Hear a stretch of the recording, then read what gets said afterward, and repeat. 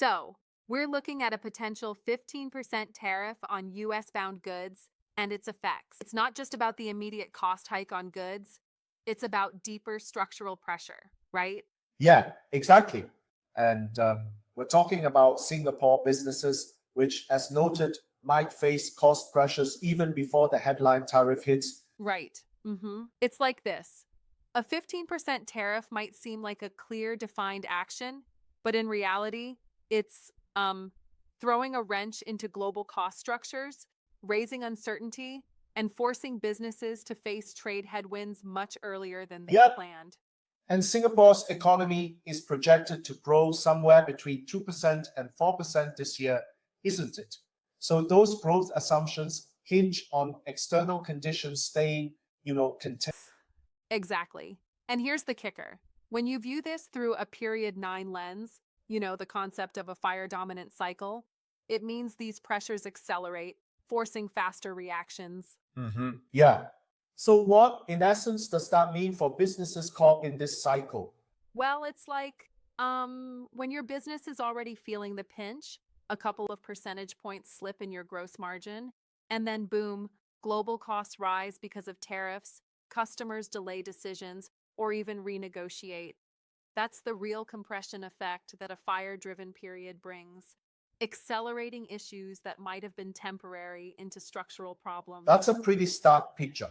Wait, but isn't there an argument that if the tariff applies equally across the board, then all businesses are affected in a similar way? Yep, that's a common take, but Keeman Denja teaches us that equal pressure doesn't yield equal outcomes. It's all about internal strength, like your value proposition, cost discipline, and revenue diversification. Equal external pressure is it's like a stress test where only the well-prepared come out intact. Exactly. And then there's this idea of sector shielding, right? With exemptions for energy, pharma, semiconductors, and aerospace. That adds another wrinkle to the picture. Absolutely. It indicates that strategic sectors might actually consolidate capital, while businesses operating under a more transactional model could face even tighter conditions. It's kind of saying if you're stuck near commodity level pricing, your exposure under this fire cycle is Right. naturally Yeah, higher. that makes me wonder. So it's not just a policy change, but rather a big systemic signal to strengthen internal configurations before the external pressure really mounts. Precisely. It's saying that an emotional reaction isn't enough.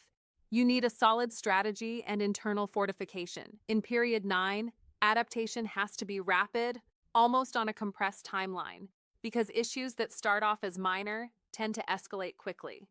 Definitely. It's kind of a wake-up call, isn't it? Not just for policy watchers, but for every business needing to reassess its structures before the inevitable impact comes. Exactly. It's a strategic push toward resilience. If you're still sitting back waiting to see what happens, you're basically operating on a slower clock while the rest of the world is speeding up.